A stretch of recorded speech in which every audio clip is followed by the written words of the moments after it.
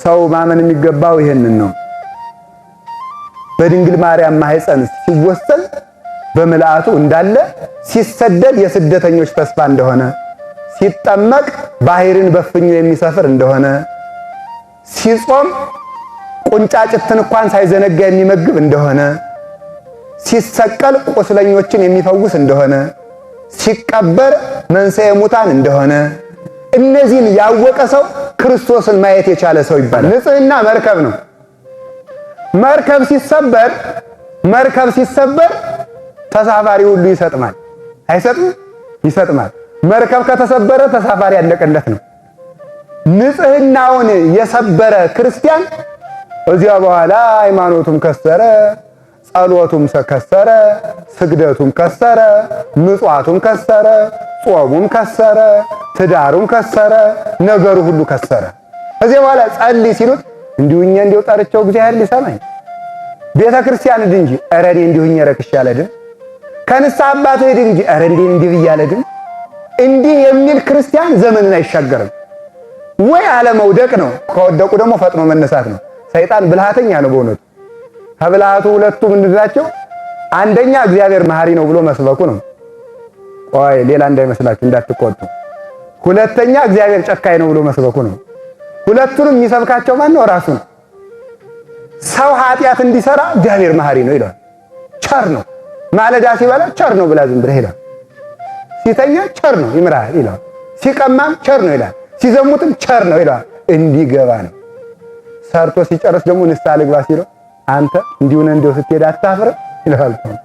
ሁለቱን ማሰሪያዎች ነው ዓለምን አንቀጥቅጦ የሚገዛባቸው። ንጽህናው ሲጎድፍ ሰው ጸሎቱም ያስጠላዋል፣ ሁሉም ያስጠላዋል።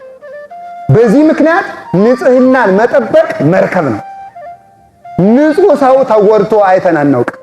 መሻት ብቻ ነው የሚጠበቅብህ፣ እግዚአብሔርን ጥራ ምን ትላለህ? በስመ አብ ወወልድ ወመንፈስ ቅዱስ አሐዱ አምላክ።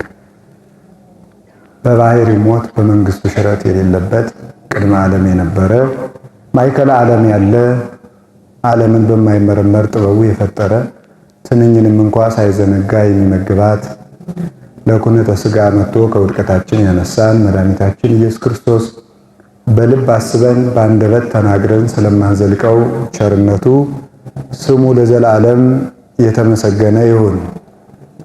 እግዚአብሔርን የወለደችልን የሃይማኖታችን ሰሌዳ፣ የሕይወት እንጀራችን መሶብ፣ የፀሐይ ጽድቃችን ምስራቅ እናታችን ቅድስት ድንግል ማርያም ክብር ምስጋና ይግባት። አንድ አምላክ በሚሆን በአብ በወልድ በመንፈስ ቅዱስ ስም እንደምን ዋላችሁ? እንደምን ሰነበታችሁ? እንደምን አመሻችሁ? እግዚአብሔር አምላካችን እስከ ዘላለሙ ድረስ ክብር ምስጋና ይግባው። በመካከላችን ተገኝቶ እንዲያስተምረን ቅዱስ ፈቃዱ ይሁንልን።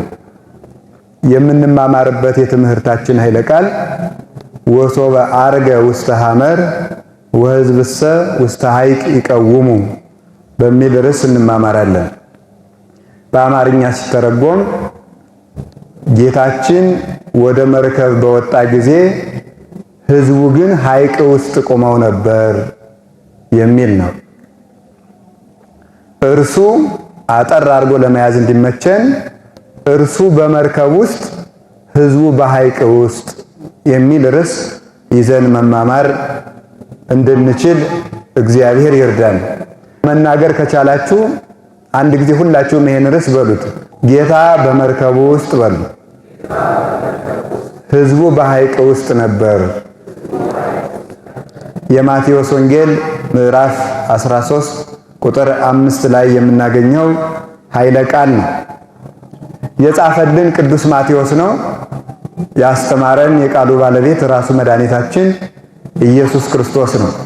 እንግዲህ ጌታችን መድኃኒታችን ኢየሱስ ክርስቶስ የሰው የሕዝቡን ልብ መሰብሰብ ሲሻ፣ ሕዝቡ ልቡ ሲባክንበት ወደ በረሃ ወስዶ ወደ ምድረ በዳ ወስዶ በየብስ ያስተምር ነበረ። ጉባኤ ሲሰፋ ከተራራ ላይ ሆኖ ያስተምር ነበር። ባህር ሲከለክል ደግሞ በመርከብ ወጥቶ ያስተምር ነበር እና ጌታችን መድኃኒታችን ኢየሱስ ክርስቶስ ካስተማረበት አንዱ የመርከብ ላይ ትምህርት ነው። ጌታችን መድኃኒታችን ኢየሱስ ክርስቶስ ወደ መርከብ ሲወጣ ሕዝቡ ግን ሐይቅ ውስጥ ቆመው ነበር። ግማሾቹ ውስጥ ገብተው ግማሾቹ ከሐይቁ ዳር ቆመው ቀሩ ይለናል። ወደ መሰረታዊ ትርጓሜው እንምጣ። በመርከብ ሲሳፈር አብረውት የተሳፈሩት ሐዋርያት ናቸው። ሌላው ግን እየበላ ከዳር ይቀራል። አንዳንዶቹ መብሉት እዚህ ስላቸው በሌላ መርከብ እንደገና ሂደው የፈለጉትም አሉ። አብረው ያልተሳፈሩ በሌላ ቀን ያበላናል ብለው የፈለጉትም አሉ። እነዚያን ወቅሶ መልሷቸዋል። ከተሳፈሩት መሃል ደግሞ ደንግጠው ታውከው የነበሩ አሉ። ሐዋርያት ናቸው። እነዚህን አረጋግቷቸዋል። እሱ በባህር ላይ ሲመጣ አይተው እኔም እንዳንተ በባህሩ ላይ ልምጣ ብለው ሞክረውት የሰጠሙ ነበሩ። እነዚህን ደግሞ አውጥቷቸዋል። እነ ቅዱስ ጴጥሮስ ናቸው። ይሄንን እንደዚህ አይነት ስናየው ከላይ ሰሙ ይሄን ያህል ነው። ቶሎ ብለን ወደ ሕይወታችን የሚገባውን ነገር መሰረታዊ መንፈሳዊ ምስጢሩን ስናየው መርከብ ምንድነው የሚለውን እናያለን። እርሱ በመርከብ ውስጥ ሕዝቡ በሐይቅ ውስጥ ነበር ይላል። አሁን መጽሐፍ ቅዱስ ሲጻፍ ያለ ጥቅም የሚጻፍ የመጽሐፍ ቅዱስ ክፍል የለም። የሰይጣን እንኳን ስም የተጻፈው ያለ ጥቅም አይደለም። የሰይጣን ውሸቱ የሚጻፈው ሰይጣን የደረሰበት እንዳይደርስብን ተጠንቅቀን እንድንኖር ነው። እያንዳንዱ ታዲያ ጌታ በመርከብ በመሳፈሩ የተጻፈው ለምንድን ነው? በመርከብ ተሳፈረ፣ ክርስቶስ ተወለደ፣ ተሰደደ፣ ተጠመቀ፣ ቆመ፣ ተሰቀለ፣ ሞተ፣ ተነሳ፣ ሰውን አዳነ ብቻ ብሎ መጻፍ፣ አረገ፣ ዳግም ይመጣል ብሎ ብቻ መጻፍ ሲቻል በመርከብ አድርጎ ሄደ፣ በታንኳ ሄደ ብሎ መጻፍ ለምን አስፈለገ? ትርጉም አለው። ትርጉሙ ምንድን ነው? ሐመር ወይም ደግሞ መርከብ የተባለ ሃይማኖት ነው። ሃይማኖት መርከብ ይባላል። ሃይማኖት መርከብ ይባላል። በዚህ ሃይማኖትም ራሱ እግዚአብሔር ነው። አማኝ የማይኖርበት ጊዜ አለ። ሃይማኖት የሌለበት ጊዜ ግን የለም። አማኝ ይጠፋል። ሃይማኖት አማኝ ጠፍቶ ክደት ሊሰለጥን ይችላል። የሚያምን ሰው ሊሸረሸር ይችላል። ሃይማኖት ተሸርሽሮ አያውቅም። አማኝ የተጀመረበት ጊዜ አለ። ሃይማኖት የተጀመረበት ጊዜ ግን የለም። ሃይማኖት ራሱ እግዚአብሔር ስለሆነ ማለት ነው። ራሱ እግዚአብሔር ነው። ቅዱስ ጳውሎስ እኛ ባናምነው እንኳን ለራሱ የታመነ ሆኖ ይኖራል ይላል። ለራሱ የታመነ ሆኖ ይኖራል። ቅዱስ ዳዊትም ምእመን እግዚአብሔር በኩሉ ቃሉ ጻድቅ እግዚአብሔር በኩሉ ፍናዊሁ እያሉ እነ ሙሴም ጽፈዋል። እግዚአብሔር ምእመን ተብሎ ይጠራል። ምእመን ታማኝ የታመነ ሃይማኖት ማለት ነው። ሃይማኖት ነው።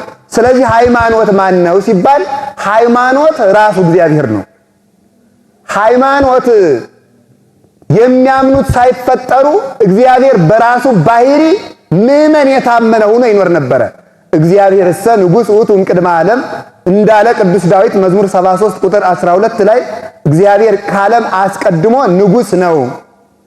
ለመንግስቱ መንበር ሳያሸው፣ ለጌትነቱ ሰራዊት ሳያስፈልገው፣ ለአምላክነቱ የሚያምኑት እንኳን ሳይኖሩ፣ ለውዱስ ስቡህነቱ አመስጋኞች ማህሌታውያን ሳይፈጠሩ፣ ለባለጸግነቱ የሱ ሕዝብ የሱ ሀብት የሚባሉት ፍጡራን ሳይኖሩ እግዚአብሔር በመንግስቱ አለ።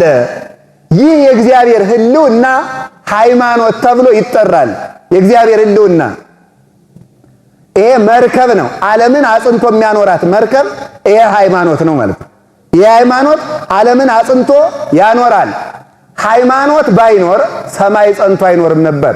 ሃይማኖት ባይኖር ምድር በውሃ ላይ ጸንታ መኖር ባልተቻላት ነበር። ሃይማኖት ባይኖር ፍጥረትም ባልኖረ ነበር። ማንም ፍጥረትን ከፍጥረት አዋቅሮ የሰራው ስራ አለው። ራሱን ያመጣ ሰው ግን የለም። ራሱን ያመጣ ሰው የለም። ፍጥረት ራሱን አለማንጣቱ አምጭ መኖሩን ይመሰክራል።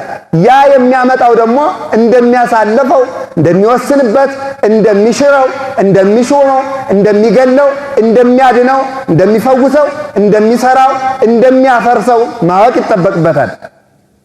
ታዲያ እግዚአብሔር ሕዝቡ በሐይቅ ሳለ እሱ በመርከብ ነበር ማለት የሚያምኑት እየዋዠቁ የሚያምኑት በክደት ሲኖሩ እርሱ ግን ታምኖ ነበረ የሚል ትርጉም ነው ያለው።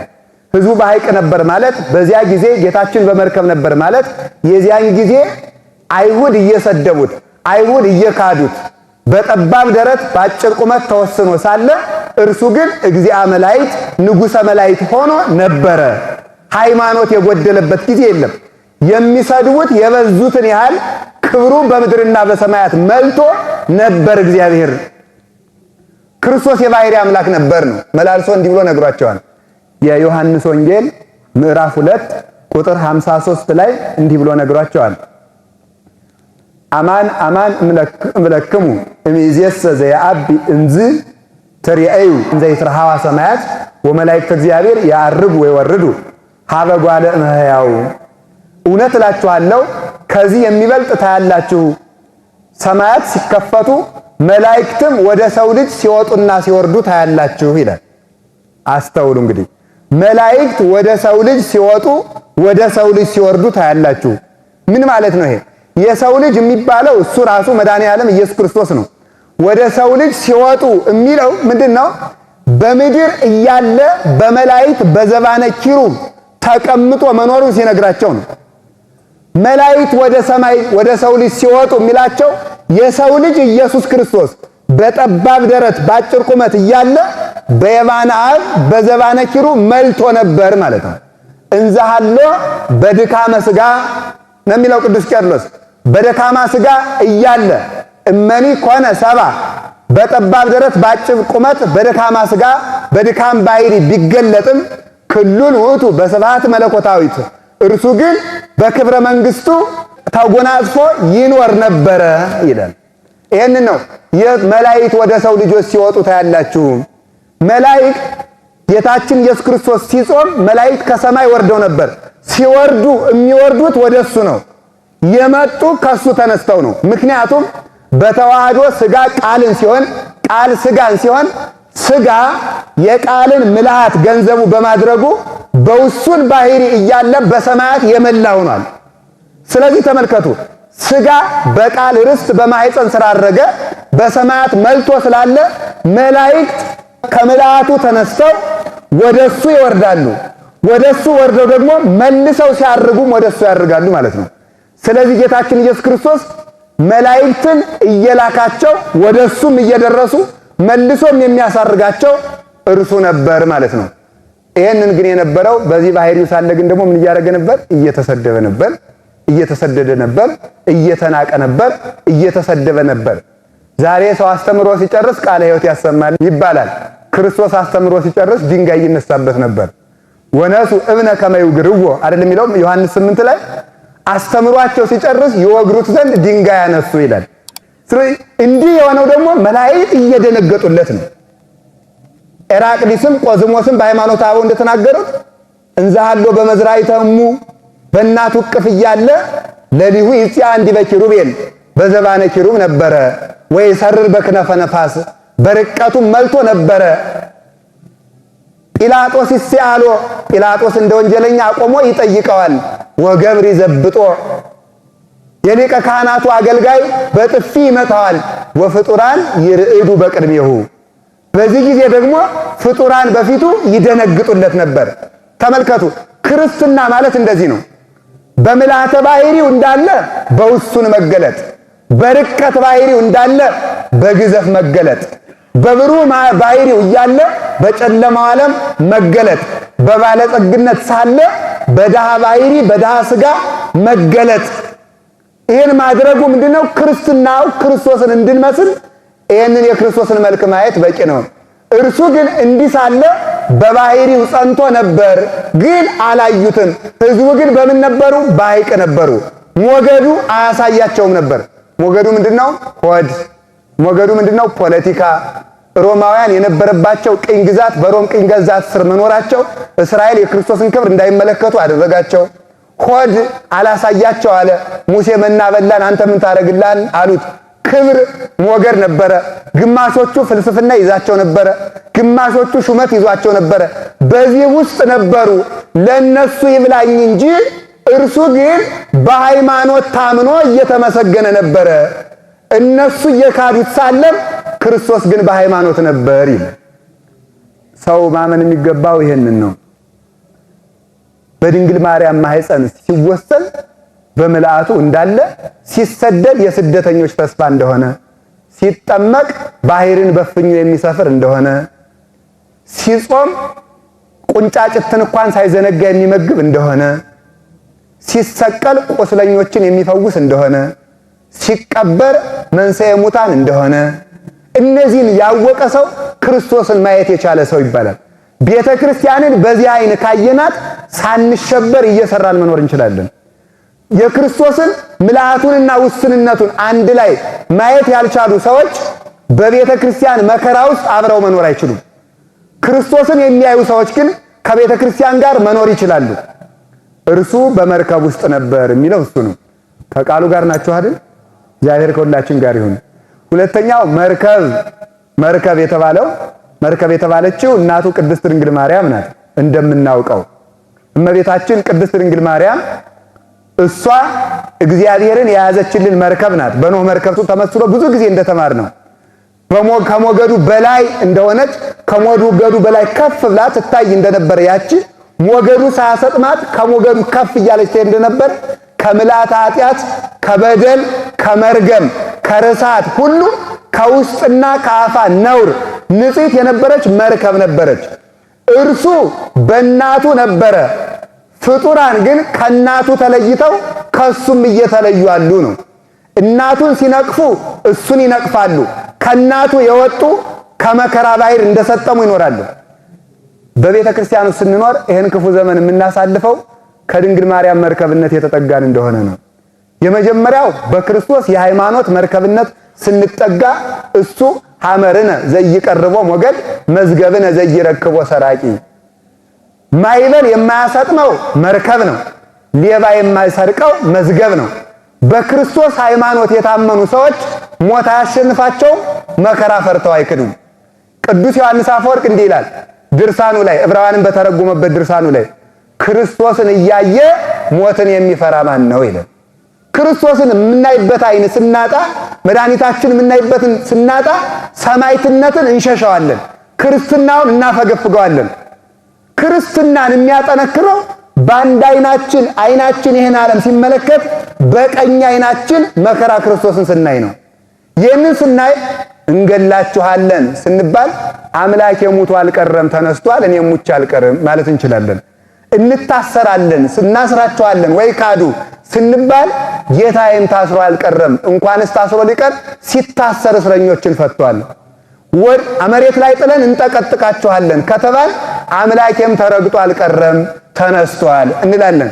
እናቆስላቸዋለን ከተባልን ደግሞ አምላካችን ቆስሎ አልቀረም በቁስሉ ቁስለኞችን ፈውሷል እንጂ። እናስጠማቸዋለን ከተባል ጌታዬም ተጠምቶ አልቀረም ጥሙም አልጎዳውም፣ እንኳንስ ሊጎዳው እርሱ ደሙን ለዓለም አጠጥቶ አርክቷል። መራራ እንግታችኋለን ከተባል ጌታዬም መራራ መጋትን ቀምሶታል፣ ምንም አላደረገውም። በክርስቶስ ማመኔ መራራው ምንም አያደርገኝም።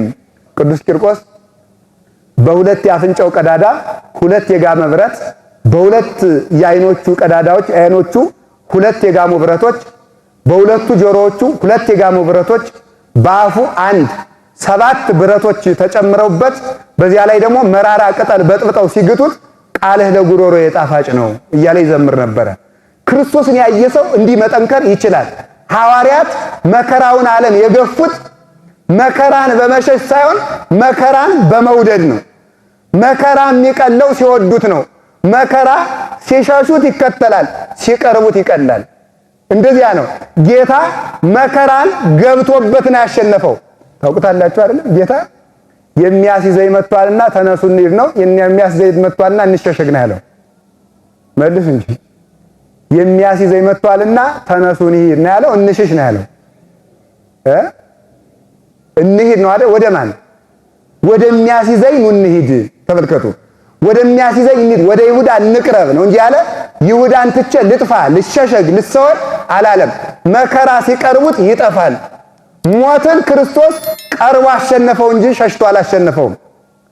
ዲያብሎስን ቀርቦ ነው ያሸነፈው፣ ስጋ ለብሶ ነው ያሸነፈው። ሞት ሲቀርበው ተመልከቱ፣ ያን ጊዜ መቆርጠም አልተቻለውም። ኮኮ ሃይማኖት ስለሆነ ላይ በመለኮቱ ነደ እሳቱ አቃጠለው። የመለኮቱ አለትነት ጥርሱን አነካከተው፣ አወለቀው፣ ኃይሉን አደከመው። መርዙን እንደተፋ እባብ ጥርሱን እንደወለቀ አንበሳ አደረገው። ክርስቲያኖች በክርስቶስ አለትነት ሲጠነክሩ የማይቆረጠሙ ሞትና አጋንንት የማይቆረጥሟቸው የሞትንና የአጋንንትን ጥርስ የሚሰብሩ የጠነከሩ አለቶች መሆን ይጀምራሉ። ያ የሚሆነው ክርስቶስ ሲያድርባቸውና በአምላካችን በኢየሱስ ክርስቶስ ሃይማኖት ስንጸና ነው ማለት ነው። ሃይማኖት ሁሉን ያስችላል። ምድርና ሰማይን ያጸናው ሃይማኖት ነው። ባህር የከፈለ ሃይማኖት ነው። ኖህን ከጥፋት ውሃ ያዳነው ሃይማኖት ነው። ለአብርሃም ልጁን ከመታረድ ያዳነው ሃይማኖት ነው። እግዚአብሔርን ሰው ያደረገው ሃይማኖት ነው። ሞትን ድል የነሳው ሃይማኖት ነው። መላእክትን ከሰው ጋር ያዛመዳቸው ሃይማኖት ነው። ሰውን በጽርሐ አርያም እንዲያርግ እግዚአብሔርን በምድር እንዲመላለስ ያደረገው ሃይማኖት ነው። ሃይማኖት እንኳን መከራ ለመሸከም እግዚአብሔርን ለመሸከም ያበቃል። እመቤታችን ቅድስት ድንግል ማርያም ክርስቶስን የወሰነችው በምኗ ነው? በሃይማኖቷ ነው። ይኩነኒ በከመ ትቤለኒ፣ በዚህች ቃል እግዚአብሔርን የምትሸከምበት ጉልበት አገኘች። ምድርና ሰማያት የማይወስኑትን በሃይማኖት ግን የ15 ዓመት ብላቴና ቻለችው። መከራ የሚቀለው በኃይለ ክርስቶስ ነው።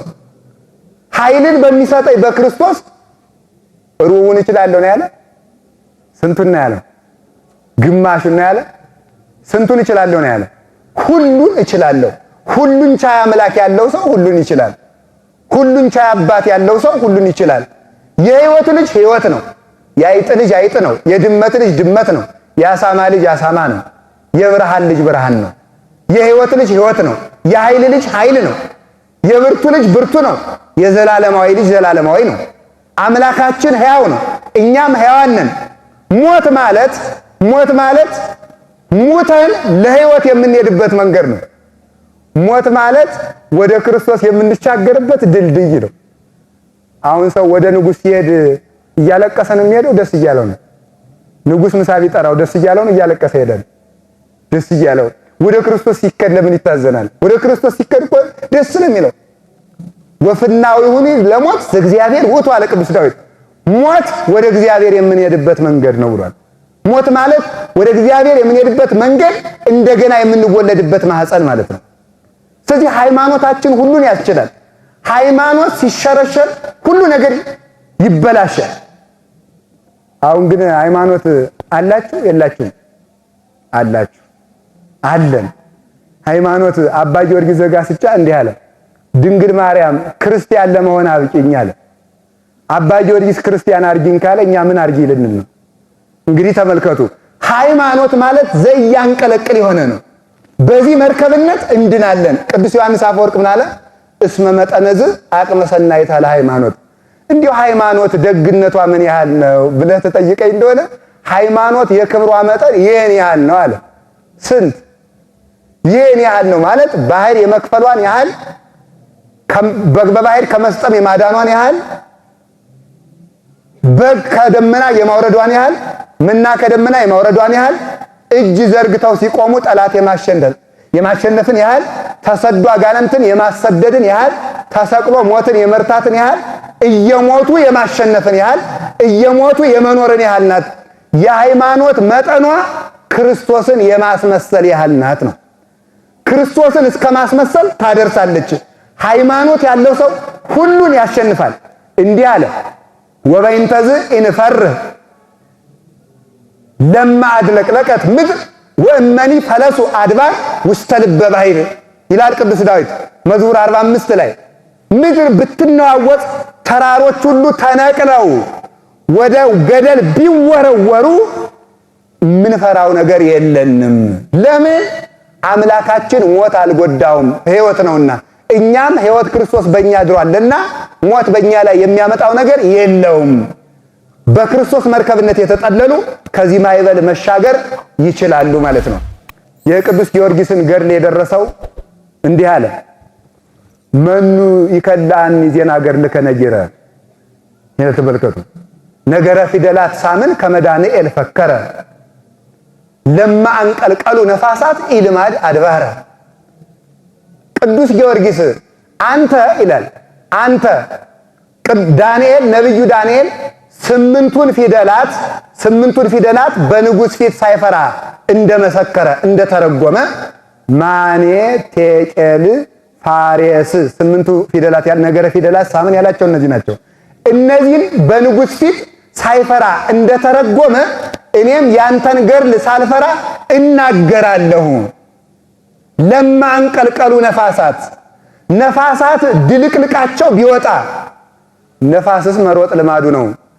ተነስተው የማያውቁ ተራሮች እንኳን እየሮጡ ሊጫኑ ቢመጡ ገድልህን ከመናገር አልወዝንም። እና አንተን መንኮራኩሩ ካላጠፋ፣ እሳቱ ካላጠፋ፣ ውሃው ካላጠፋ፣ ሰይፉ ካላጠፋ፣ ምሳሩ ካላጠፋ፣ መቸንከሩ ካላጠፋ ያንተ ሃይማኖት እስካለኝ ድረስ እኔም ባንተ አማላጅነት በአምላክህ ሃይማኖት መጽናቴ ምን ሆናለሁ ብሎ ይናገራል። በክርስቶስ ያመነ ሰው ሁሉን ይችላል። ስንቱን ይችላል? የሚሳናችሁ ምንም የለም። ማታውራ መሆን የለብንም። ማታውራ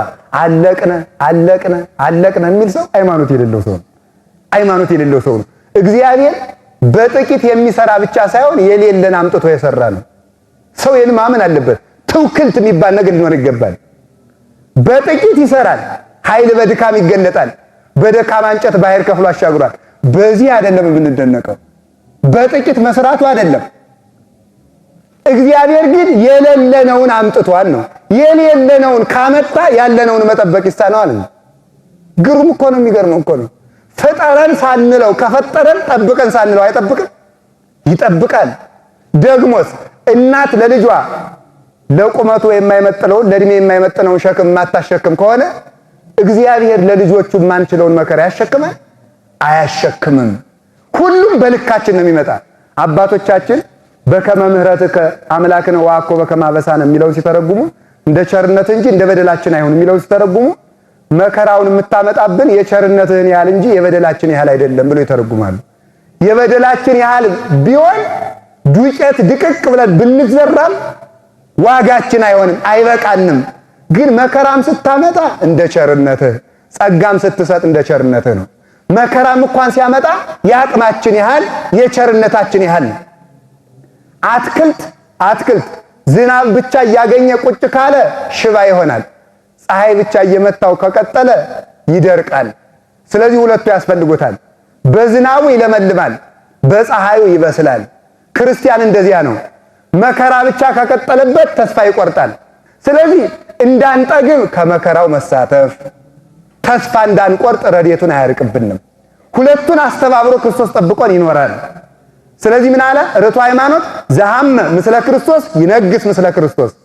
ከክርስቶስ ጋር የታመመ ከክርስቶስ ጋር ነግሶ ይኖራል ይላል። በዚህ መርከብነት ጸንተን እንኖራለን። የጌታችን የመድኃኒታችን ኢየሱስ ክርስቶስ መከራ ራሱ መርከቡ ነው፣ ያሻግራል። ጌታ ያለው ትዝ ይላችኋል አይደለ? የጸሎተ ሐሙስ ዕለት ካስተማራቸው ትምህርቶች አንዱ እጹብ ድንቅ የሚያሰኘው ምኑ ነው? አይዟችሁ ደስታችሁን የሚወስድባችሁ የለም ይላል ብሏቸዋል። ይህ እኮ ይገርማል እኮ መላልሶ ሲያስቡት። ደስታችሁን ይወስድባችሁ የለም ይላል። ሊገፈፉ እያሉ ደስታችሁን ይወስድባችሁ የለም። ጨርቃቸውን ሊገፈፉ እያሉ ተዘቅዝቀው ሊሰቀሉ እያሉ አንገታቸው ሊቆረጥ እያሉ ቆዳቸው ሊገፈፍ እያሉ እነ ቅዱስ ማርቆስ ደግሞ ከበሬ ጅራት ታስረው ሊጎተቱ ድንጋይ ለድንጋይ እያሉ እነ ማትያስ እነ ሌሎቹም እነ እንድርያስ እነዚህ ሁሉ ደግሞ አካላቸው እየተቆረጠ በድንጋይ እስከሚወድቅ ድረስ እንዲጎተቱ እያወቀ ቅዱስ ጳውሎስ አንዱ ሲመታን አለ እንደ ግና ጨዋታ ሌላው ሌላ ብትር ይዞ ይጠብቀናል። እንደዚህ ሁሉ ሊቆጠሩ እያሉ ምን ብሏቸዋል? ደስታችሁን የሚወስድባችሁ የለም። አይቃረንም እንዴ? ይቃረናል። አዎ ምን ማለቱ ነው? በልብስ ደስ ይበለኝ ካልክ ልብስ ፈላጊ ብዙ ነውና ይገፋሃል። በሹመት ደስ ይበለኝ ካልክ ሹመት ፈላጊ ብዙ ነውና ይሽርሃል። በጤና ደስ ይበለኝ ካልክ መታመም አይቀርም። በመብል ደስ ይበለኝ ካልክ መራብህ አይቀርም። በውበት ደስ ይበለኝ ካልክ መጎስቆልህ አይቀርም። በሀብት ደስ ይበለኝ ካልክ መዘረፍህ አይቀርም።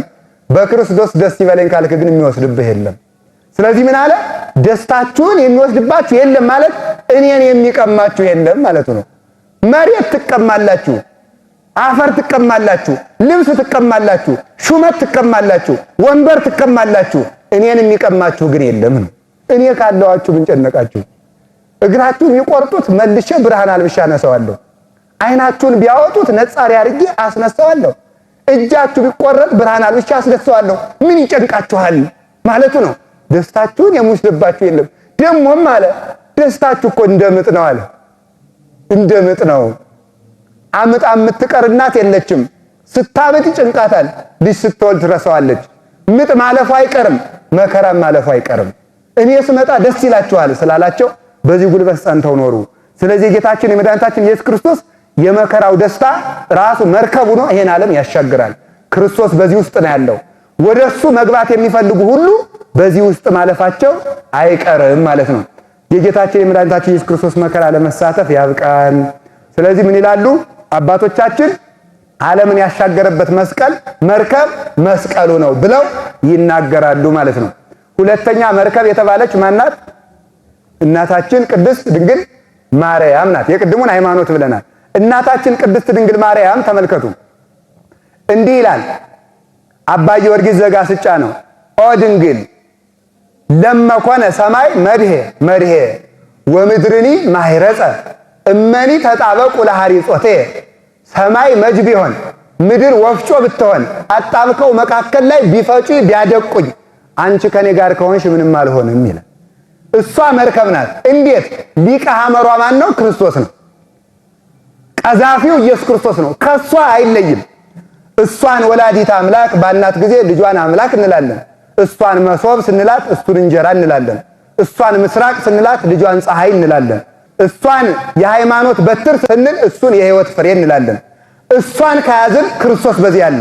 ክርስቶስ ባለበት ሰላም አለ፣ ኃይል አለ፣ ማሸነፍ አለ፣ መዌ አለ፣ ጉልበት አለ፣ ጥበብ አለ፣ ብርሃን አለ፣ ብዕል አለ፣ ሀብት አለ።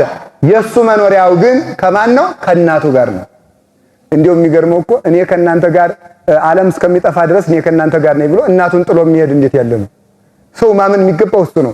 ከመቤታችን ጥላ የተጠጉ ሰዎች ምን ጊዜም ይሄን ዓለም ማሸነፍ ይቻላቸዋል።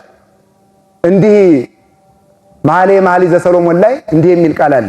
ከመኮል ውስተ ጸወ ገዳም ከማሁ ወልድ እውየ በማእከለ አኀው ወፍሬሁኒ ጥዑም ለጉሬ ታይተስ ጥላሎቱ ፈተውኩ ወነበርኩ ይላል። በጫካ ውስጥ እንደሚገኝ እንኮይ፣ በጫካ ውስጥ እንደሚያፈራ እንኮይ ልጅ ወንድሜ ልክ እንደዚያ ነው። በጫካ ውስጥ እንደሚገኝ እንኮይ ከጥላው እየሳሳው ተጠጋሁ፣ ከጥላው እየሳሳው ተጠጋሁ፣ ፍሬውም ለጉሮሮዬ ጣፈጠኝ ይላል። በጫካ ውስጥ ያፈራች እንኮይ የተባለች እመቤታችንና መስቀል ናቸው። በጫካ ውስጥ ማፍራታቸው ድንቁርና በበዛበት ዓለም ጥበብ ክርስቶስን ይዛ የተገኘች፣ ኃጢአት በበዛበት ዓለም ሰራያ ኃጢአት ደምሳሳ ያበሳ ክርስቶስን የወለደች፣ ሞት በነገሰበት ዓለም ሕይወትን አፍርታ የተገኘች፣ ሞት በበዛበት ዓለም ትንሣኤን ያፈራች እርሷ በጫካ ውስጥ ያለች እንኮይ ናት። ከዚያ ምን አለመሰላችሁ? ታይተ ጽላሎቱ ፈተውኩ ወነበርኩ ከጥላው እየሳሳው ተጠጋሁ አለ። እየጎመጀው ደስ እያለኝ እየናፈቀኝ ከጥላው ተጠጋሁበት ይላል። ጥላው የተባለ አባ ጊዮርጊስ አምጥቶ እንደተረጎመው ጥላው የተባለ የእመቤታችን ክንፈ ረድኤቷ አማላጅነቷ ነው። የኖህ መርከብ ባህርን ካሻገረች ድንግል ማርያምማ ኃጢአትን እንዴት አታሻግረን? ከእንጨት የተሰራችው መርከብ የጥፋት ውሃን ካሻገረች በአርአያ ሥላሴ የተፈጠረች ግርምት ድንግልማ እንዴት አታሻግረን?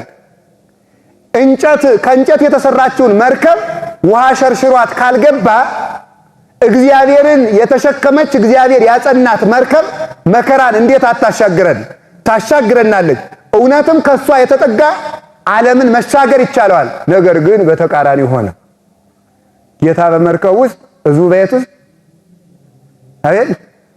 ከመርከብ ውጭ ከሐይቅ ውስጥ። ይሄ ማለት ክርስቶስ ያለ ከእናቱ ጋር ሰው የሚሯሯጥ በዚያ ማዶ ማለት ነው። ፍየል ወዲያ ቅዝምዝም ወዲህ የሚባለው እሱ ነው። ወይኑን የለወጠችው እሷ፣ ውሃዞ የሚሮጠው ሰው በዚያ ማዶ ያለ። እንዲያ መሆን አይደለም የሚጠበቀው። ከሷ ካልወጣን እውነትም ይሄን ዓለም እናሸንፈዋለን። እሷን እንዲሁ ተመልከቱ።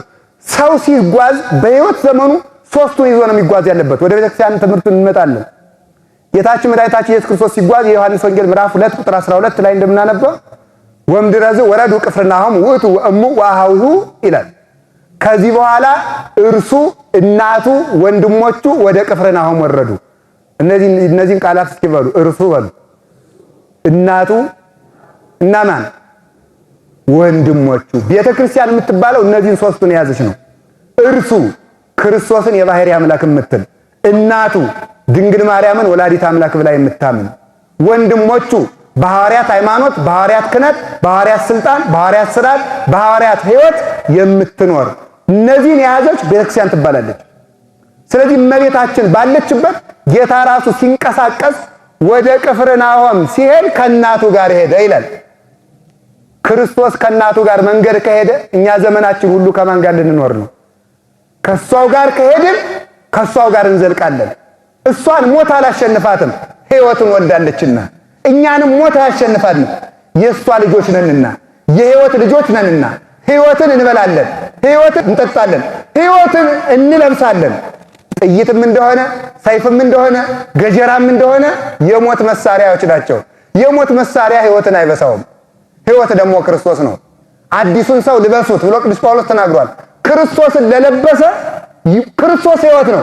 ሞትና ሕይወት ታግለው ሞት ሊያሸንፍ አይችልም። ሕይወት እርሱ ነው። እርሱን የወለደችውን እመቤታችንን ተጠግቶ ከክንፈ ረድኤቷ ያለ ማንም ሊያሰጥሙ አይችልም። አንኳኩ ይከፈትላችኋል ብለሃል። የምናንኳኳው በር የትኛው ነው? እናትህ ናት እንጂ ይላል አባ ጊዮርጊስ። ዓይኗን ቀጸ ጎደጉድ።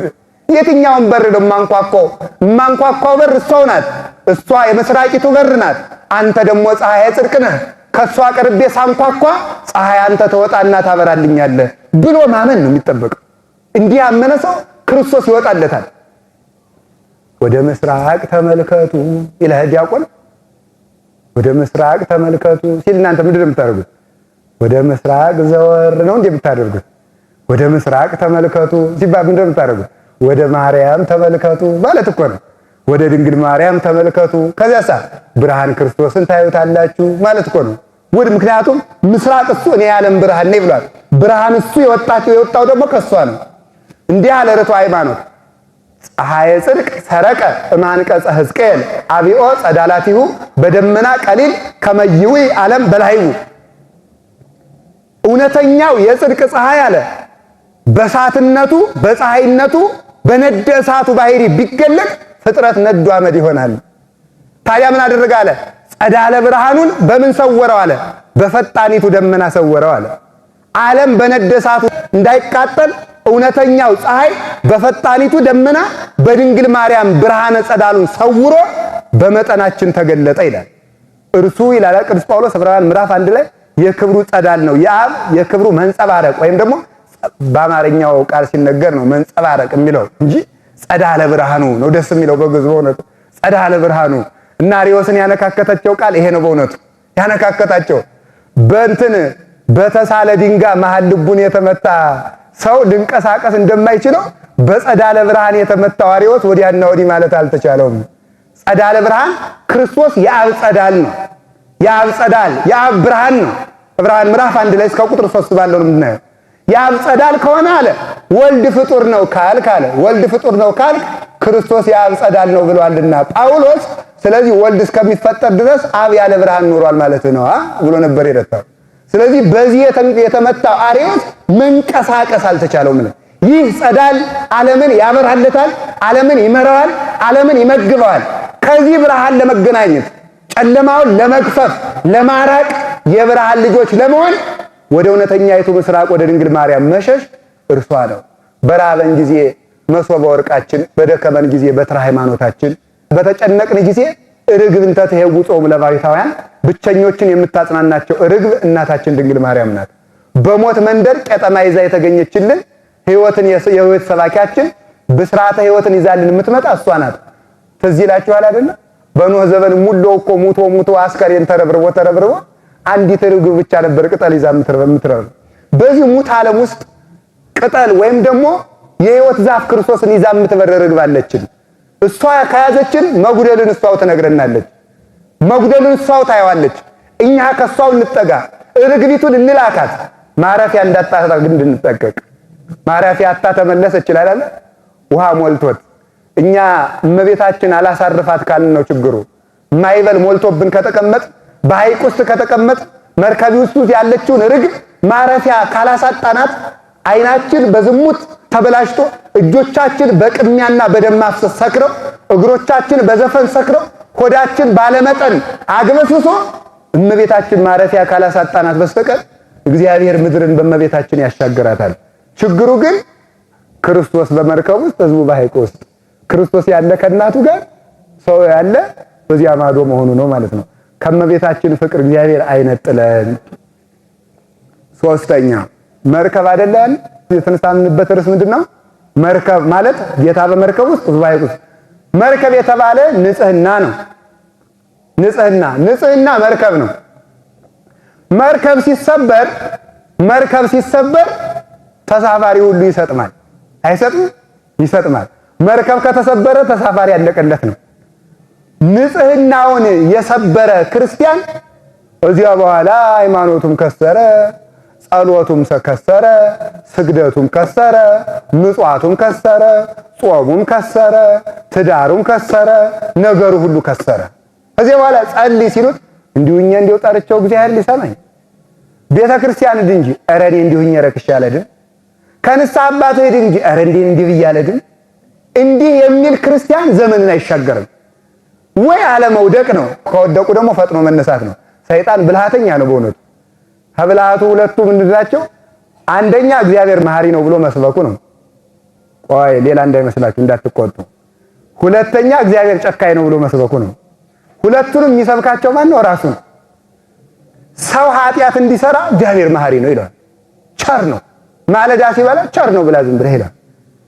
ሲተኛ ቸር ነው ይምራል ይላል። ሲቀማም ቸር ነው ይላል። ሲዘሙትም ቸር ነው ይላል። እንዲገባ ነው። ሰርቶ ሲጨርስ ደግሞ ንስሐ ልግባ ሲለው አንተ እንዲሁነ እንዲው ስትሄድ አታፍርም ይላል። ሁለቱን ማሰሪያዎች ነው ዓለምን አንቀጥቅጦ የሚገዛባቸው።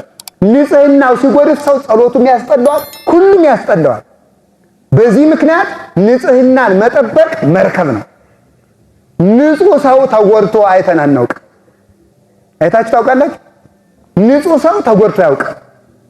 የረከሰ ሰው ነው ትቢያን የሚቃጠል ፍሬ ወደ እሳት ተደፍቶ ያውቅ። የሚበላው ትቢያ ነው፣ ገለባ ነው የሚቃጠል፣ ፍሬ አይቃጠልም። ንጽህና ካለን እናሸንፈዋለን። ራስን ማንጻት መቀደስ የክርስትና ኃይሉ ግርግርታ አይደለም፣ ድልቅ አይደለም፣ ኮሆታ አይደለም። የክርስትና ኃይሉ ንጽህና ነው። አሁን እግዚአብሔርን ለመሸከም እመቤታችን በማህፀኗ ለመወሰን እንጨት አልቆረጠች፣ ብረት አላጋጠመች፣ አልጋ አልሰራች፣ ዙፋን አላጋጠመች፣ ሐሜለት አላነጠፈች፣ ግምጃ አላነጠፈች፣ የእንቁ ዙፋን አልሰራች፣ የብር አላደራችች፣ ሰራዊት አላቆመች። በንጽህናዋ ጉልበት እግዚአብሔርን ተሸከመች። በንጽህና ጉልበት ማለት ነው። ንጽህና ከሰማይና ከምድር ይልቅ የሚሰፋውን እግዚአብሔር ለመወሰን ያበቃ ቅዱስ ሀብትና ኃይል ነው። ንጽህና በጣም ብዙ አባቶቻችን ባያሸንፋቸው ምንድነው? ንጽህና ነው። ንጽህና ስለሌለን ነው እየጎደፍን ያለ ነው ማለት ነው። ስለዚህ አሁን ምን እናድርግ? ቤተክርስቲያንን ለመጠበቅ ምን እናድርግ ማለት እንንጻ ነው። እንንጻ፣ ራሳችን እናንጻ። ከነገ ማለዳ ጀምሮ እንናዘዝ። ስንነጻ እግዚአብሔር ከኛ ጋር ይሆናል። ቃሌን የጠበቀ ቢኖር እኔም አባቴም መተን እናድርበታለን። የክርስቶስን ቤት የሚነካው ማን ነው? እዚያ በኋላ እኔም አባቴም እናድርበታለን። አንድ ሰው ራሱን ካነጻ ክርስቶስ አለ አብሮት፣ አብ አለ፣ ወልድ አለ፣ መንፈስ ቅዱስ አለ። እዚያ በኋላ ለውጊያ የሚመጣ ካለ ወልድ መንፈስ ቅዱስን ይዋጋል። ጉልበቱ እዚያ ጋር ነው ማለት ነው። ጉልበቱ ራስን ማንጻት ነው። ስናነጻ እግዚአብሔር አለ። እናንተ ዝም ትላላችሁ፣ የሰማይ አምላክ ቅዱስ እግዚአብሔር ይዋጋል ብሎ ቅዱስ ሙሴ እንደተናገረ ማሸነፍ እኛ ዝም ትላላችሁ ማለት ነው። ተጎለቱ ማለት አይደለም ማለት ዝም ትላላችሁ ማለት ራሳችሁን ታነጻላችሁ፣ ኃጢአትን ትከለክሏታላችሁ። ለሰውነት ኃጢአትን ንፈጋት ነው። ስትነፍጋት ክርስቶስ ያድራል። ሲያድር ድርሻው እግዚአብሔር ነው። እየነጻን ከሞትን አዚያ በኋላ መስዋዕት መሆናችን ነው። ሌላ ችግር የለብን። እየነጻን ከሞትን ተኝቶ የሞተ ሰው ግን ይድናል አይመስላችሁ? አሁን አንድ ሰው ተኝቶ ክርስቲያን ሆኖ አንድ መጥቶ ሃይማኖት የሌለው ሰው ቢያርደው ጻድቅ ጻድቅ ጻድቅ አይባልም። ጌታው ሲመጣ እየተጋ ያገኘው ሰው ንዑድ ክቡር ነው ያለ እንጂ ተኝቶ ያገኘው ሰው ንዑድ ክቡር ነው አላለም። የክርስቶስ መምጫው እኮ ሞት ነው። ስንሞት ተኝተን ብንሞት አቤተ ክርስቲያን ውስጥ ተኝተን ብንታረድ ጥቅም የለውም። የሚጠቅመው ነጽቶ መሞት ነው። እዚያ በኋላ ግን ምን ትሬስዮ እሳት ለወርቅ ዘይን በላይ ያጸርዮ፣ እሳት ወርቅን ያጠራዋል እንጂ ምን ያደርገዋል? እዚያ በኋላ ግን ምን እንሆናለን ማለት እንችላለን። ከአንበሳ ለመወርወራችን ዳንኤልን እያየን እንሮጣለን። ከእሳት ለመጣላችን ሰለስቱ ደቂቅን እንመለከታለን። በመጋዝ ለመሰንጠቃችን ኢሳይያስን እናያለን። እንዲህ እያልን እንሮጣለን ማለት ነው። ከዚህ በኋላ ተዘቅዝቀን ለመሰቀላችን ጴጥሮስን እናያለን፣ አባታችን ርዕሰ ሐዋርያትን። አንገታችን ለመቆረጡ ዮሐንስን፣ ቅዱስ ጳውሎስን እያየን እንቀጥላለን። ራቁታችን ለመገረፋችን አቡነ ፊልጶስ ኢትዮጵያዊን የአቡነ ተክለ ሃይማኖትን ደቀ መዝሙር እያየን እንከተላለን። በረሃ ውስጥ ለመታሰራችን አባ ጊዮርጊስን፣ አቡነ አሮንን፣ አቡነ በጸሎተ ሚካኤልን እያየን እንሮጣለን። በእነሱ የደረሰ ይደርስብናል። ቅዱስ ዲዮስቆሮስ ምንድነው ያላት? ብርክልያን እናንተ ደረቅ መነኮሳት የሚያደርቃችሁ ግን ምንድነው? ያ ዮሐንስ አፈወርቅ የሚባል እንዲህ ብሎ ደርቆ እናት ያሰድዳው ሞተ። አንተ ደግሞ እንዲህ ብታረግ ግን ምን ትጠቀም መሰለ ስትለው ምንድነው ያለ? እኔም ዮሐንስ አፈወርቅ እንደተጎዳ ጎዳለሁ፣ አንቺም እናትሽ እንደተጠቀመች ትጠቀሚያለሽ አይደል እንዴ? ስለዚህ እኛ ይሄ ነው ማን እንደተጎዳ እንጎዳለን። አባቶቻችን ቢሞቱ ከበሩ፣ ከብረት ነፍሶሙ በውልስተ ዓለማት ክሌቲ ዘዜ ወዘካ። ሲሞቱ፣ ሲሻሩ፣ ሲገረፉ፣ ሲሰደዱ፣ ሲታሰሩ አለ በሁለት ዓለም ነገሱ። መቅደመ ወንጌል በዚያኛው ዓለም ከመላእክት ጋር በብርሃን ላይ ብርሃን፣ በጣዕም ላይ ጣዕም፣ በምስጋና ላይ ምስጋና፣ በብርሃን ላይ ብርሃን ተጨመረላቸው። በዚህኛው ዓለም መቃብራቸው አጋንንትን እያቃጠረ ባፈራቸው እየነገሱ በመጻሕፍታቸው እየገሰጹ ነግሰው ኖሩ ይላል። ክርስቲያን መሞቱ መንገሱ ነው ማለት ነው። ይሄን የሚያደርገው ምንድነው? ንጽህና ነው። ንጽህና ነው። ስለዚህ ክርስቶስ ያለው በምን ውስጥ ነው? ተናገሩ እንጂ። በንጽህና ውስጥ ነው። እንዲሁ እግዚአብሔር የጥልወን ነው እንዲህ ሁሉ መከራ ሲደርስብን እንዲሁ የጥልወን ነው ብንል ቅዱስ ዳዊት እንዲሁ ተሳለኒ እግዚኦ በከመ በሳይልከ ወበከመ ብዝኃ ምሕረትከ ደምስስ ኃጢአቴ አለው። እንደ ቸርነት መጠን ማረኝ። አይ ዳዊት እንዲሁ ማረኝ ማረኝ የምትል እኮ የሁሉ ዕዳ የሚደርስብህ ኃጢአት እየሰራህ ነው አለው እግዚአብሔር ሲለው ምንድን አለ ቅዱስ ዳዊት ደግሞ መልሶ ለከ ለባሕቲትከ ተቃበስኩ እግዚኦ፣ እኔም እኮ የበደልኩት አንተን መሐሪውን ነው። ሌላን በድዬ በሆንማ ማሬ ብለው ምሽ አይለኝም። አንተን የበደልኩት አንተን ስለሆነ እምቢ አትለኝም ብዬ ነው አለ። በድለን ከሆነ ለከ ለባሕቲትከ ተቃበስኩ እግዚኦ፣ አቤቱ አንተን ብቻ በደልኩ ብለን ብንቀር እግዚአብሔር በ12 የገሊላ ገበሬዎች ዓለምን አጣፍጦታል። እግዚአብሔር በባዶ ይሰራል። 12 ገበሬዎችን አስነስቶ ዓለምን በጨውነታቸው አጣፍጧል። እዚህ ውስጥ ባለው ሰው ብቻ ኢትዮጵያ ቀርቶ ዓለም ሰላም መሆን ትችላለች። በንጽህና መርከብ ውስጥ ካለን ማለት ነው። እግዚአብሔር ከኛ ጋር ከሆነ ማን ይቃወመናል እንዳለ ቅዱስ ጳውሎስ። ከቃሉ ጋር ናችሁ? ከቃሉ ጋር ናችሁ? ሌላው መርከብ ምንድነው? ሆድ ነው። መርከብ ምንድነው አልኳችሁ? ሆድ በሉ እንጂ። ሆድ ምንድነው? መርከብ ነው። ሆድ መርከብ ነው። መርከብ ያለ አቅሟ ብትጫን ምን ትሆናለች? ተናገሩ እንጂ። ተሰጥማለች አይደለም? ሆድ ያለ አቅሙ ቢጫንስ እንሰጥማለን ማለት ነው። አሁን ስግብግብነታችን እንዳንነጻ አድርጎናል። ክርስቶስ ሰውነታችን መርከብ አድርጎ ይኖራል። ግን መንጻት አለበት። መቀነስ ሀብትን አጥፎ አይደለም፣ በሀብት ስራ ይሰራበት ነው። ፍላጎታችን ይቀነስ። በቃይ ማለት እንልመድ። መስራትን አንተውም።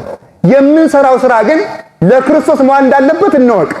መጾምን፣ መከራ መልመድን፣ መራብን፣ መጠማትን መልመድ አለብን። ይሄንን መልመድ ትልቅ ሀብት ነው። ወደ መጨረሻው እንምጣና ትምህርታችንን እንድንጠቀልለው። የመጨረሻው መርከባችን ማናት? ቅድስት ቤተክርስቲያን። እሷ ላይ የተወሰነች ሐሳብ እናያለን። ቅድስት ቤተክርስቲያን ምንድናት? መርከብ በሉ እንጂ ምን አለን? መርከብ። ህዝቡ በየት ነበር? ተናገሩ እንጂ። በሐይቅ። ጌታ በየት አለ? በመርከብ ውስጥ አለ። ስለዚህ ተመልከቱ፣ ችግሩ እዚህ ላይ ነው ማለት ነው። ይሄ ከገባን ዘመኑን ዋጅተን መሻገር እንችላለን። ክርስቶስ ያለ በየት ነው? በቤተ ክርስቲያን። ሰው ያለ በየት ነው? በሐይቅ። እሱ ነው ችግሩ። ቤተ ክርስቲያን ምንድነው ነው? እንደዚህ ነው። 1 2 3 ሐሳብ እስኪ እንተርጉም። ቤተ ክርስቲያን ማለት ምን ማለት ነው? የመጀመሪያው ክርስቲያን የሚለውን እንተርጉም። ክርስቲያን ማለት ከክርስቶስ በክርስቶስ እንደ ክርስቶስ የክርስቶስ ለክርስቶስ ማለት ነው። እዛችሁታል ብዬ አስባለሁ አይደለም? ነፍሳችሁ ወይ ትዘዋለች። ከክርስቶስ በመልስ እንጂ ከክርስቶስ በክርስቶስ ለክርስቶስ የክርስቶስ እንደ ክርስቶስ እንዲሁ ይሄ ክርስቲያን ይባላል። ይሄን ነው ሰው መያዝ ያለበት ነው። ክርስቲያን ማለት ቤተ ክርስቲያን ስንል ክርስቲያን ሲገባል ቤተ ክርስቲያን ትገባናለች። ከክርስቶስ የመጀመሪያው ከክርስቶስ ከፈቃደ ክርስቶስ ከስምረተ ክርስቶስ ከኃይለ ክርስቶስ ከሃይማኖተ ክርስቶስ የተነሳች ማለት ከመስቀለ ክርስቶስ የተነሳች የተመሰረተች እንዲህ አለ። አነ ውእቱ ሐረገ ወይን ዘጽድቅ ወአቡ የተካሊሁ ወአንትሙ አይጽጭሁ። እኔ የወይን ግንድ ነኝ አባቴም ተካዩ ነው፣ እናንተም ቅርንጫፎች ናቸው አለ። ግንድ ነኝ ሲል አባቴ ስር ነው ማለት ነው። ከአብ ተወልጃለሁ ነው። ጉንድ ከስር እንደወጣ እሱም ከአባቴ ተወልጃለሁ ነው። ከኔ ስጋዌ እናንተ ተገኝታችኋል ነው።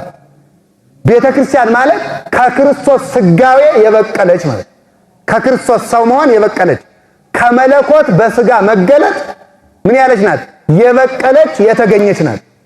ስለዚህ ቤተ ክርስቲያን ክርስቶስ ስውር ክሱት ባህሪውን በግዙፍና በውሱን ስጋ እንደገለጠ ቤተ ክርስቲያን ምልአተ ባህሪዋን በአባቷ በእግዚአብሔር ያለውን ምልአቷን፣ ርቀቷን፣ ኃይሏን፣ ፍጹምነቷን በሚታየው ሕንጻዋ፣ በሚታየው አካሏ፣ በሚታየው ጉባኤዋ ታሳያለች። ክርስቶስን ተመልከቱ። ሰዎች ስጋውን እያዩ መለኮቱ እንደማይታያቸው ሰዎች ሕንጻዋን እያዩ ቤተ ክርስቲያን ኃይሏን አያዩአትም። ቤተ ክርስቲያን ምንላት ክርስትና ስገባን ቅርንጫፍ ከግንድ ይበቅላል። ክርስቲያን ከክርስቶስ ተገኝቷል። ከክርስቶስ ተገኝቷል። ከክርስቶስ የተገኘ እሱ ምን አለ? ከታች ዝቅ ብሎ አኮ አንተሙ ዘሐረይኩሙኒ አላ አነ ሐረይኩክሙ ምንድነው የሚለው? ወሬሰክሙ ከመ ትሁሩ ወፍሬ ትፍረዩ ወፍሬክሙኒ ይነብር ለዓለም። እኔ መረጥኳችሁ እንጂ እናንተ አልመረጣችሁኝም። መለኮታዊ ፈቃድ የመሰረታት የእግዚአብሔር አካል ማለት ናት።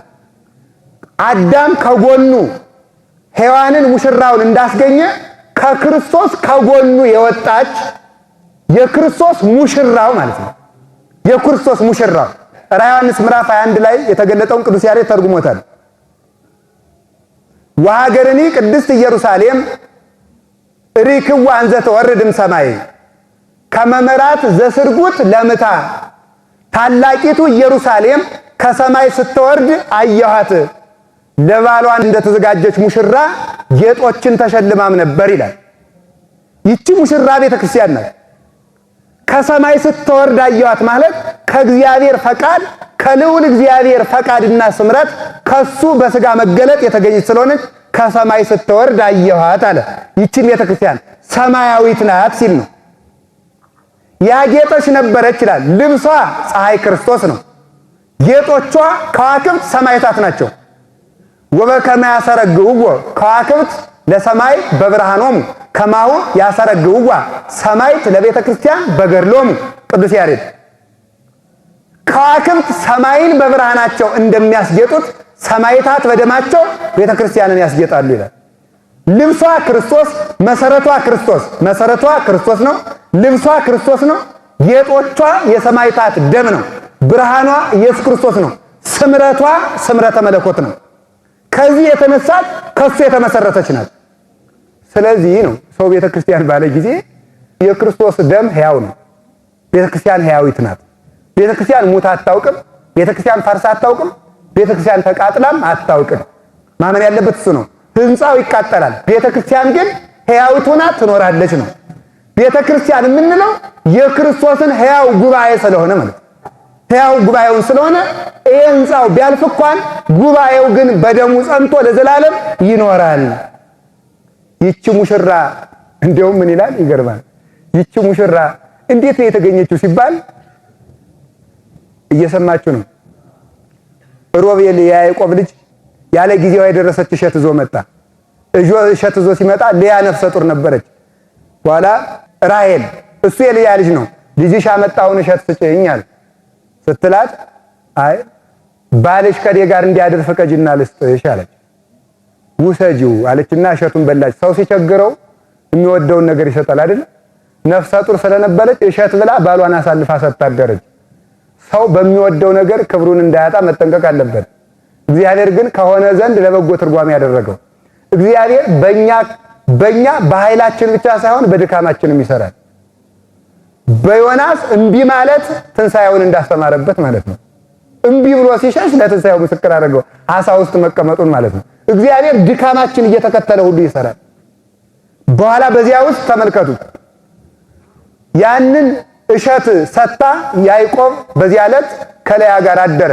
የዚያ ዕለት ማን ተጸነሰ? ይሳኮር ተጸነሰ። ስሙን ማላነችው ይሳኮር አለችው። ይሳኮር ማለት ዋጋዬ ማለት ነው። እሸት ከፍዬ ያገኘው ልጄ ማለት ነው። በእሸት የገዛው ልጄ ዋጋዬ አለችው። ኦሪት ዘፍጥረት ላይ ያለ ታሪኩ። አሁን እንተርጉመው። እንዲህ አለ አባ ጊዮርጊስ ዘጋስጫ ወበከመ እጸኮል ዛይተዋ ሮቤል ለልያ እሙ አለ ወባስበ እጸኮል ተጸንሰ ይሳኮር ወስመ ይሳኮርስ አስበ ብሂል ከማሁ ተመልከቱ እምፍሬ ከርስኪ ዛጸርዎ ዕብራውያን በሊቶስጥሮስ መካን ተጸንሱ መሃይምናን እምቤተ ክርስቲያን ቅድስ ዘተመርአዋ ወልድኪ። ይሄ ማለት ነው እሸት ከፍላ ልያ ይሳኮርን እንደጸነሰች ካንቺ ከማህፀንሽ ፍሬ በተገኘው የሕይወታችን ፍሬ ክርስቶስ አይሁድ በጠመቁት ወይም ክርስቶስና ቤተ ክርስቲያን በመስቀል ላይ ተሞሻሽረው ከዚያች ማህፀን ምዕመናን ተወለዱ ይላል። ቤተ ክርስቲያን የተመሰረተችው ከዚያ ሕያው ደም ነው። ከዚያ ደም ስለተመሰረተ ጎኑን ከፈሰሰባት ደም ከዚያ ነቅ ስለነቃች ቤተ ክርስቲያን አትደርቅም፣ ለዘላለም ጸንታ ትኖራለች። ከዚህ ደም የመጣች ናት። ቅዱስ ያሬድ ደግሞ ይሄን ነው ምን አለ? ባል ለሚስቱ አለ ባል ለሚስቱ ወርቅ ጥሎ ያገባታል፣ ክርስቶስ ለቤተ ክርስቲያን ደሙን ጥሎሽ አድርጎ ሰጣት ይላል። በደሙ ነው ያጫት፣ የከፈለላት ደሙን ነው። ሕጽያ ለቤተ ክርስቲያን ይላል በዘማሪ የቤተ ክርስቲያን ማጫዋ ምንድነው ይልና የክርስቶስ ደም ነው ይላል።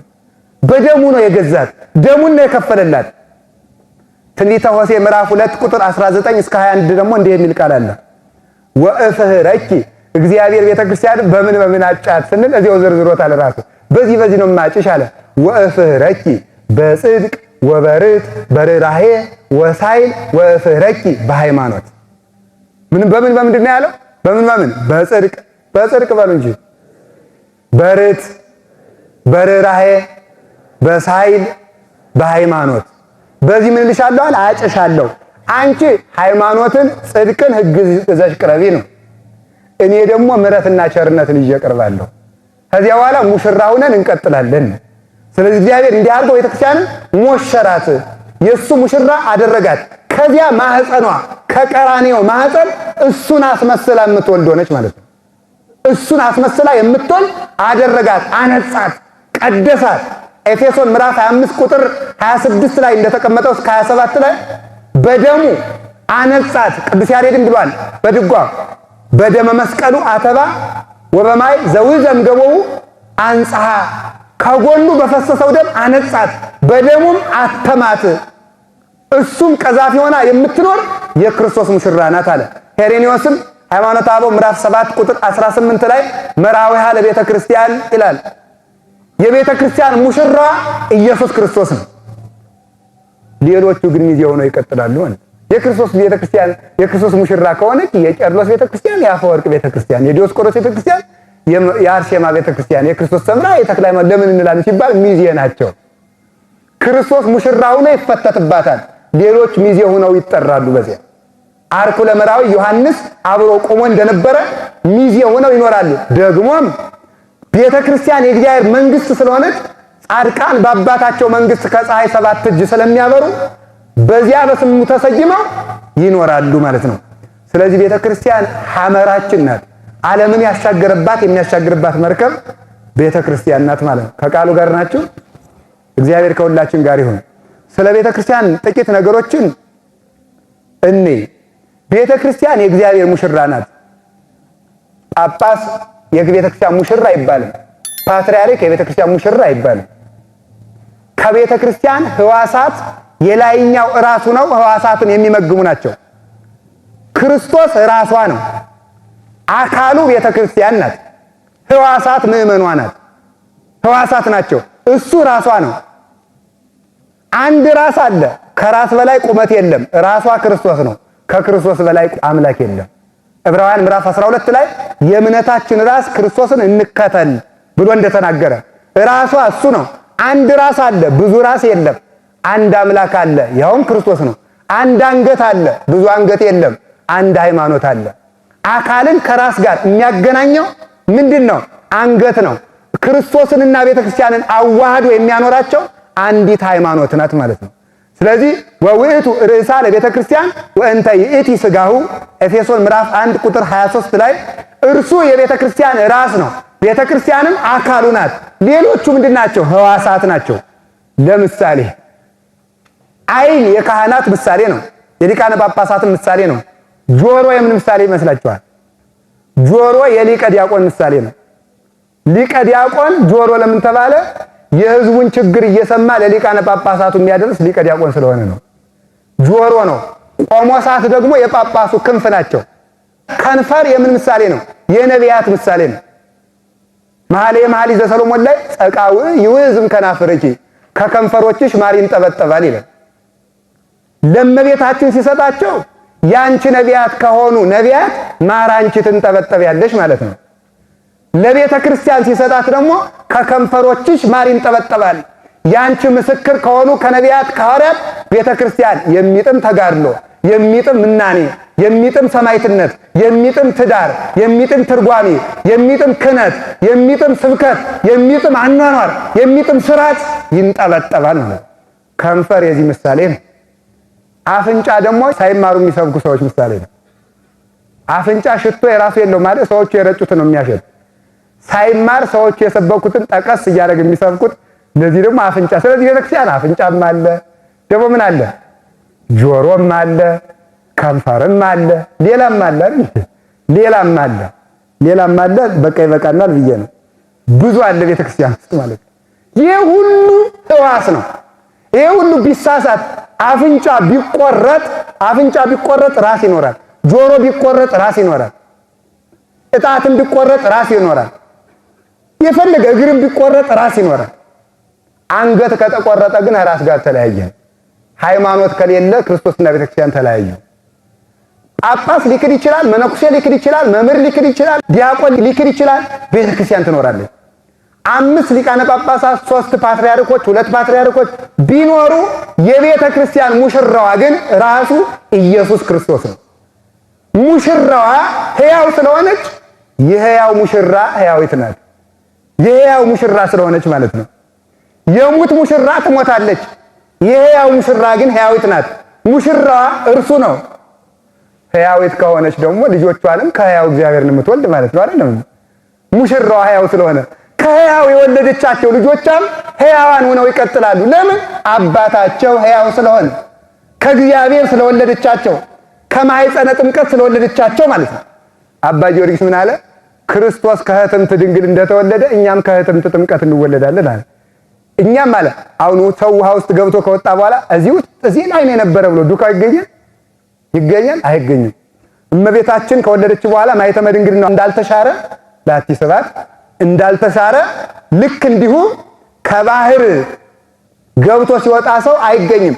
አሰረ ፍኖታ በማይመረመር እናት እንደተወለደ በማትመረመር እኛም ከድንግል ጥምቀት እንወለዳለን፣ ክርስቶስን በዚህ እንመስለዋለን ይላል። ስለዚህ ቤተክርስቲያን የክርስቶስ አካሉ ሙሽራው ነው። አንድ ጥያቄ ልጠይቃችሁ። ያለ ዓይን መኖር ይቻላል? እውነት አስብ። ያለ ጆሮስ? ያለ አፍንጫስ ይቻላል? ያለ ጣትስ? ያለ ጥርስስ? ለመኖር በጣም አዳጋች የሆኑ ግን ሁለት ነገሮች አሉ። ልብና ሳምባ ናቸው። ሌላ መጨመር ይቻላል። ሁለቱ ከሌሉ ግን ችግር ጎደለ። እስትንፋስ ከቆመ፣ ደም ከቆመ ሰው አለቀለት ማለት ነው። እስትንፋስ ከቆመ፣ ደም ከቆመ፣ ራስ ክርስቶስ ነው ብለናል። ሕዋሳት እኛ ነን ብለናል። አካል ቤተክርስቲያን ናት ብለናል። ስለዚህ ራስና ሕዋሳት ተዋህደው እንዲኖሩ ከልብ ደም መረጨት አለበት ማለት ነው አይደል? እስትንፋስ ከሳምባ የተጣራ ኦክሲጅን ትሉታላችሁ እናንተ፣ እሱ መገኘት አለበት። አካላት ሕዋሳቱ ይሄን መመገብ አለባቸው። እያንዳንዷ ጥፍርም ብትሆን በኦክሲጅን የበለጸገ ደም ያስፈልጋታል። ከዚህ ነፃ ከሆነች በርን ትሟሸሻለች፣ ተቆርጣ ትጣላለች ማለት ነው። ሟሸሸች። ታዲያ ምን ማለት ነው? ደም የተባለ ቁርባን ነው። እስትንፋስ የተባለ ጸሎትና ስርዓት ነው። ደምና እስትንፋስ የጎደለው አካል በርን እንደሚሆን ቁርባንና ጸሎት፣ ቁርባንና ስርዓት የጎደላት ያቺ በረት ናት እንጂ ቤተክርስቲያን አትባልም። በረት ትሆናለች ማለት ነው። ስለዚህ ከሕዋሱ አንዱ ካልቆረበ ምን ይሆናል? ተቆርጦ የታጠለ የሟሸሸ ሕይወት የሌለው ነው ማለት። እኛ ሕይወት ስለሌለን ነው እንጂ ቤተክርስቲያን አትፈርስም። ሕይወት ያለው ሰው ካለ ሞትን ያሸንፋል። ሁለቱን ግን አናጉድል። ቁርባንና ምንድን ያልኳችሁ ንገሩኝ እንጂ። አቤት ቅዱስ አግናጤዎስ ዘአንጾኪያ ስርዓትና ቁርባን የሌላት ቤተክርስቲያን ተራ ድርጅትና ስብስብ ናት ነው የሚለው። ድርጅት በረት ናት ነው የሚለው። ያ ቁርባን ምንድነው ነው? ያ ቁርባን ሙላውም እኮ ቁርባን አለን ይላል። ሁሉም ቁርባን አለን ይላል። አለኝ ያለው ሁሉ እውነት ነው እንዴ?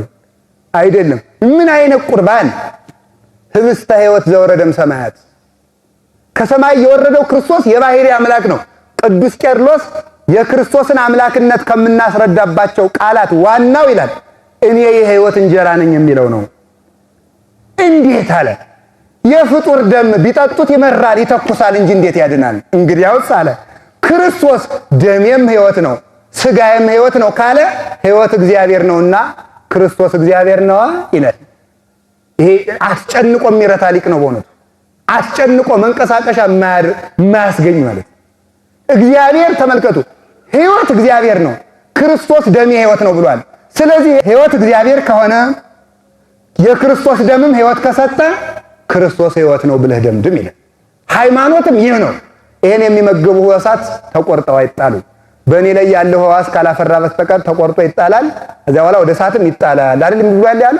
ስለዚህ ክርስቶስን የማይመገቡ የማይጸልዩ ስርዓት የሌላት ቤተክርስቲያን አትባልም። ቤተክርስቲያን አንዲት ናት፣ ያችውም ኦርቶዶክስ ተዋህዶ። እንዴት? ይሄ ደም ያላት፣ ይሄ ስርዓት ያላት፣ ይሄ እስትንፋስ ያላት። ስርዓቱ ለምን ስርዓት ተባለ? ያለ ስርዓት ቤተክርስቲያን አትኖርም።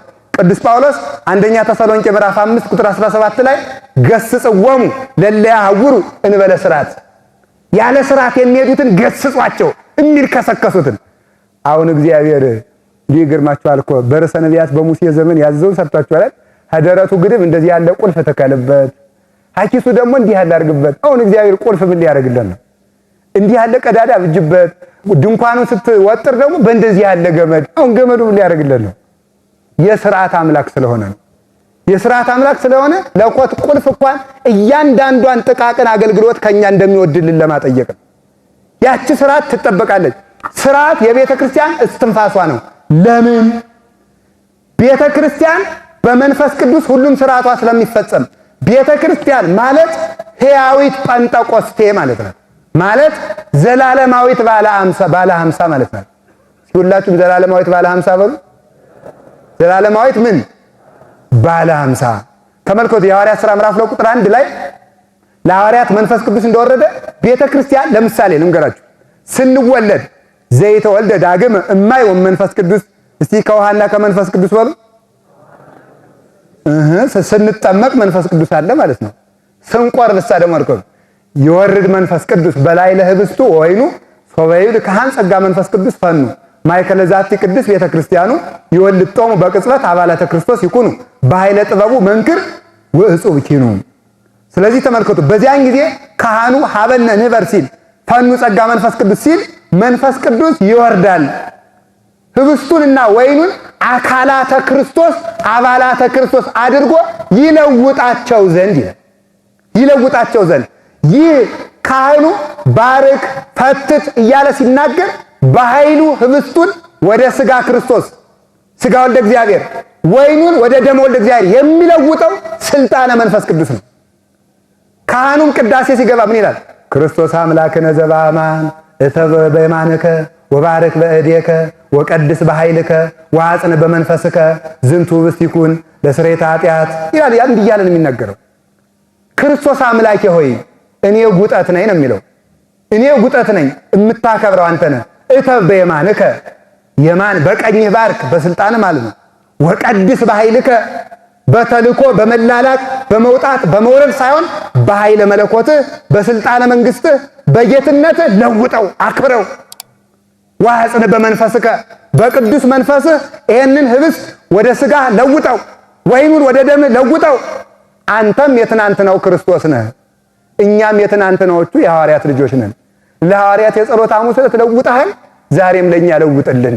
በትናንትናው ጌትነትህ በትናንትናው ቃል ኪዳንህ በማይለወጠው ባሕርይህ በማይለወጥ ክህነት የሚሄን ህብስት ለውጥ ብሎ ማቴዎስ 26:26ን መሰረት አድርጎ ይጸልያል።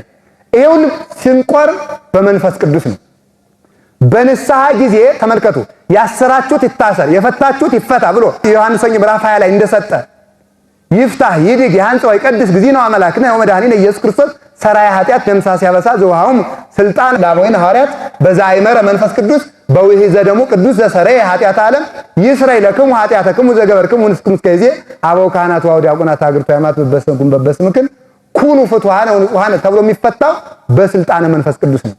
ንስው መንፈስ ቅዱስ ደላህ ደግሙ ኃጢአተ መንፈስ ቅዱስን ተቀበሉ ኃጢአቱን ይቅር ያላችሁለት ይቅር እለዋለሁ ብሎ በሰጠው በሀብተ መንፈስ ቅዱስ ነው ንስሐ የሚጸነው ማለት ነው። ተክሊል ሲፈጸም ካህኑ ምን ይቀባል? ቅዱስን ይቀባቸዋል። በመንፈስ ቅዱስ ትዳሩን ለማክበር ነው። በዚያን ጊዜም መንፈስ ቅዱስ አለበት። ስንሞት እየተፈታን እንሞታለን። የምንፈታው ለምንድን ነው? በምድር ያሰራችሁት በሰማይ የተፈታ ይሁን በተባለችው በትንሣኤቱ ስልጣን ነው። ሁሉ ስርዓት በመንፈስ ቅዱስ ስለሚፈጸም ስርዓት የቤተ ክርስቲያን እስትንፋስ ነው። ይህ ከጎደላት እስትንፋስ ቆመ። እስትንፋስ ከቆመ አካል በርን ይሆናል ማለት ነው። አካል የቤተ ክርስቲያን አካል ብትሆንም ቁርባኗ፣ ስርዓቷ፣ ሃይማኖቷ ከጎደለ በርን ትሆናለች ማለት ነው። ሕያዊት የምትሆነው በዚህ ነው። ቤተ ክርስቲያን የምንላት ይችን ነው። ስብሐት ለእግዚአብሔር ወለወላዲቱ ድንግል ወለመስቀሉ ክቡር። ይቆየን።